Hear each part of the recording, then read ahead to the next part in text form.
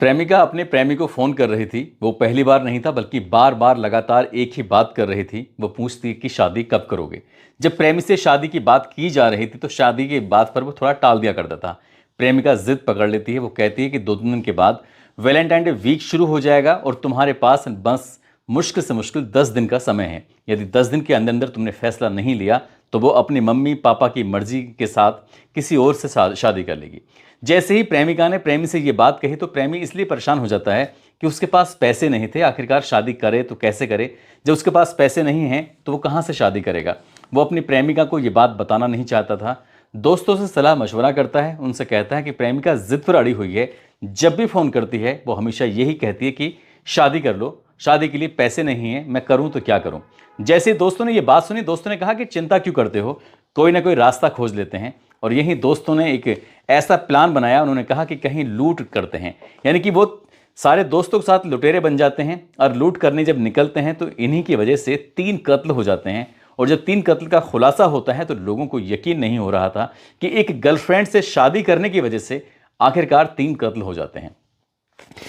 आदाब, नमस्कार, सत श्री अकाल। मैं उस्मान सैफी। आज की जो सच्ची घटना मैं आपको सुनाने जा रहा हूं, ये सच्ची घटना है बिहार की राजधानी पटना का एक थाना लगता है अथमल गोला। दरअसल अथमल गोला की ये सच्ची घटना है। बात कर रहा हूं 3 फरवरी 2025 की रात लगभग 8 बजे के आसपास का वक्त रहा होगा। एक राहगीर थम्पा बाजितपुर की तरफ से गुजर रहा था। उनके इन दोनों जगहों के बीच में जो एक एरिया लगता है वो जंगल सा एरिया है। वहीं पर सड़क पर जैसे निकल रहा है तो 1-2 बाइकें खड़ी हुई हैं। 4 लोग हैं जो गंभीर रूप से घायल हैं। तभी वो 112 नंबर पर पुलिस को फ़ोन करता है और बताता है कि साहब यहाँ थम्बा वाजिदपुर के पास में जो बीच में एक मिड एरिया है, यहाँ पर आपको एक बड़ा एक्सीडेंट मिलेगा, आपको तुरंत मौके पर आ जाना चाहिए। ये 2 थानों का एरिया था। यहाँ काफ़ी देर तक गहमा गहमी बनी रहती है। आखिरकार पुलिस सूचना के बाद जब मौके पर पहुँचती है तो मौके पर आकर देखती है कि 2 बाइकें खड़ी हुई हैं। 4 लोग हैं जो यहाँ पर गंभीर रूप से घायल हैं। पुलिस उन्हें उठाकर सीधा हॉस्पिटल लेके जाती है और हॉस्पिटल ले जाने के बाद पता चलता है कि 3 की मौत हो चुकी है। 2.5 साल का एक बालक है, जो बालक गंभीर रूप से घायल है, उसको हायर मेडिकल सेंटर भेज दिया जाता है। इसके बाद पुलिस को फिर ये सूचना मिलती है कि वहाँ पर एक और घायल है। फिर पुलिस वाले उस घायल को भी लेके जाते हैं। हालांकि वो इतनी उसे गंभीर चोट नहीं थी, लेकिन बाढ़ हॉस्पिटल से सीधा उसको पीएमसी में भेज दिया जाता है, पीएमसीएच में भेज दिया जाता है। वहाँ उसका उपचार चल रहा था। अब पुलिस ने जो ये मृतक होते हैं, मृतकों की जो पहचान की गई तो मृतक होते हैं थम्बा के रहने वाले। एक का नाम मनीष कुमार होता है, उम्र उसकी 25 साल के आसपास होती है। मनीष की पत्नी होती है कंचन देवी, जिसकी उम्र लगभग 22 साल के आसपास होती है। आयुष जो कि घायल होता है, जिसकी उम्र लगभग 2.5 साल के आसपास होती है। और गाँव का ही इसी गाँव का रहने वाला संजीत होता है, जिसकी उम्र 22 साल के आसपास होती है। पुलिस ने इन के जो शव थे उनको पोस्टमार्टम के लिए भेज दिया। और पोस्टमार्टम की जो रिपोर्ट यानी कि अगले दिन आती है 4 फरवरी 2025 को, तो पुलिस के पैरों तले ज़मीन खिसक जाती है। पुलिस सोचने पर मजबूर हो जाती है। आखिरकार जिस जगह से ये एक्सीडेंट की सूचना मिली थी, दरअसल वो एक्सीडेंट तो था ही नहीं, बल्कि वो एक ऐसी घटना थी, वहाँ पर किसी धारदार हथियार से इन्हें लोगों को बार बार मारा गया था, जिसकी वजह से इनकी मौत हो जाती है। अब जो व्यक्ति घायल है, जो बड़ा है, जिसका नाम नवीन कुमार है, वो उस जो फुलेलपुर गांव का रहने वाला होता है, उससे पूछताछ करती है पुलिस। तो वो बताता है कि हम लोग यानी कि उसका दोस्त है संजीत और ये नवीन कुमार, ये निकले हुए जा रहे थे। अचानक ही 4-5 लोग हमला कर देते हैं और इसके हाथ में एक मोबाइल होता है, मोबाइल को छीन रहे थे। इसी बीच में मनीष कुमार अपनी पत्नी कंचन देवी और 2.5 साल के बालक आयुष के साथ वो अपने जिला नालंदा के रामपुर से अपने ससुराल से वापस अपने गाँव थम्बा आ रहा था। और रास्ते में देखा कि जब लड़ाई झगड़ा हो रहा था तो वो अपनी बाइक रोकता है, क्योंकि उसी के गांव का संजीत होता है। वो संजीत को देख कर रुक जाता है। वो कहता है कि तुम इसे क्यों मार रहे हो, क्यों पीट रहे हो।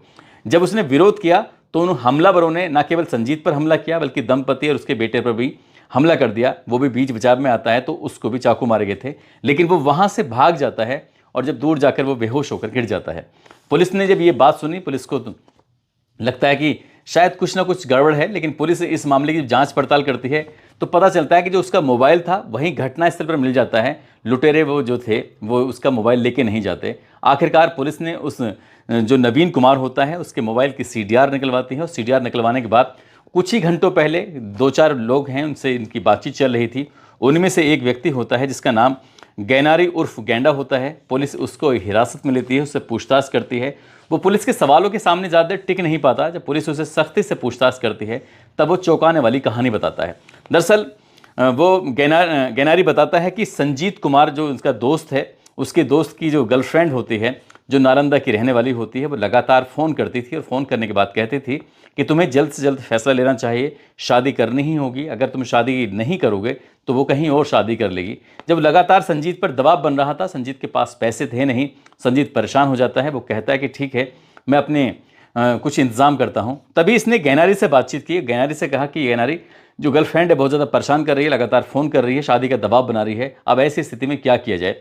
तभी उसके दोस्त ने कहा कि ठीक है, परेशान होने की ज़रूरत नहीं है, कुछ करते हैं। गैनारी, नवीन कुमार, गोलू, इन तीनों ने मिलकर संजीत के साथ बोले एक काम करते हैं, कहीं से पैसे का इंतज़ाम करते हैं। वो एक गांव जाते हैं, गांव के उस व्यक्ति के पास कहते हैं कि तुम्हें कुछ पैसे का इंतज़ाम करना होगा, यदि तुमने पैसे का इंतज़ाम नहीं किया तो अंजाम अच्छा नहीं होगा। जब उससे पैसे की बात की जाती है तो वो व्यक्ति कहता है कि मेरे पास ज़्यादा पैसे नहीं हैं और मैं दे नहीं पाऊंगा कुछ भी, तो उसने पैसे देने से मना कर दिया। ये मायूस होकर वहाँ से लौट आते हैं। वापस जब आ रहे थे, जब ये थंबा और वाजिदपुर मार्ग पर जा रहे थे, अचानक ही सामने से दंपति यानी कि मनीष कुमार अपनी पत्नी कंचन देवी और बेटे आयुष के साथ बाइक से आ रहे थे। इन्होंने रास्ते में यानी कि संजीत कुमार और उसकी टीम ने रास्ते में उसको रोक लिया, मनीष कुमार को। जैसे मनीष कुमार को रोका, उसके जेब में जो कोई पैसे थे, उसका जो सामान था, उसको लूटपाट करने की कोशिश करने लगे।